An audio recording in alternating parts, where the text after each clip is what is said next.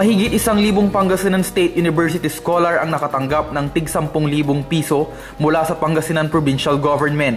Kaugnay ito sa distribution of scholarship grant na isinagawa kamakailan sa Season Auditorium Lingayen, Pangasinan. Bagamat masasabing maliit na halaga, ito umano'y makakatulong din sa kanilang pag-aaral ani Governor Amado Espino Jr.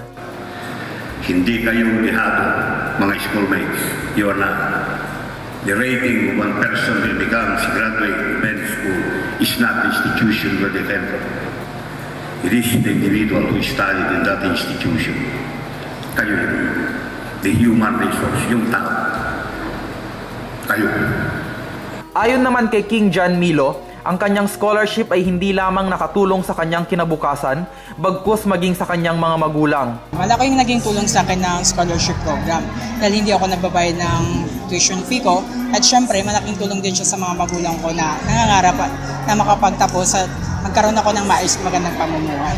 Dagdag ni Milo, malaking bagay din ito sa lalawigan ng Pangasinan dahil kahit papano ay nababawasan ng mga batang di nakakapag-aral sa kolehiyo.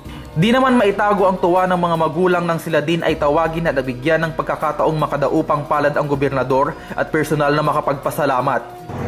Ang mga binibigay po ng mga scholar po sa mga anak namin ay malaki pong tulong para po sa kanilang pag-aaral.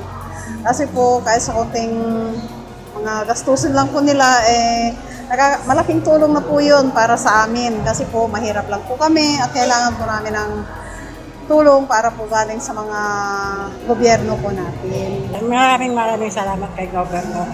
Kasi pangalawang anak ko na yung maging scholar ni Governor.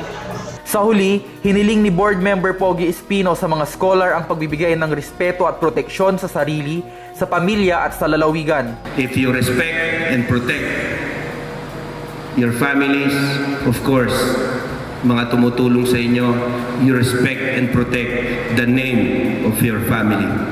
Second, if you respect and protect yourselves and your future, you also respect and protect the future of your children. Sa ilas, yakarawang kutsi kayo, respect also and protect the future of this province.